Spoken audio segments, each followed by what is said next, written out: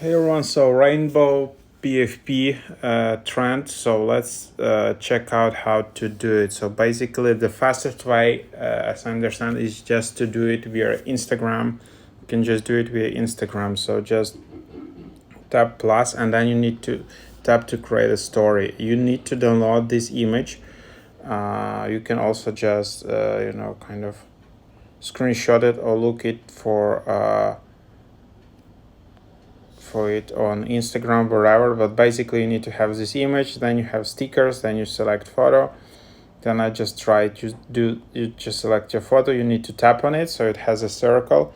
You tap done, and then basically you can just tap on three dots and download. And this way, in your camera roll, now you have this image which looks like that. And then you can go, for example, to your Instagram.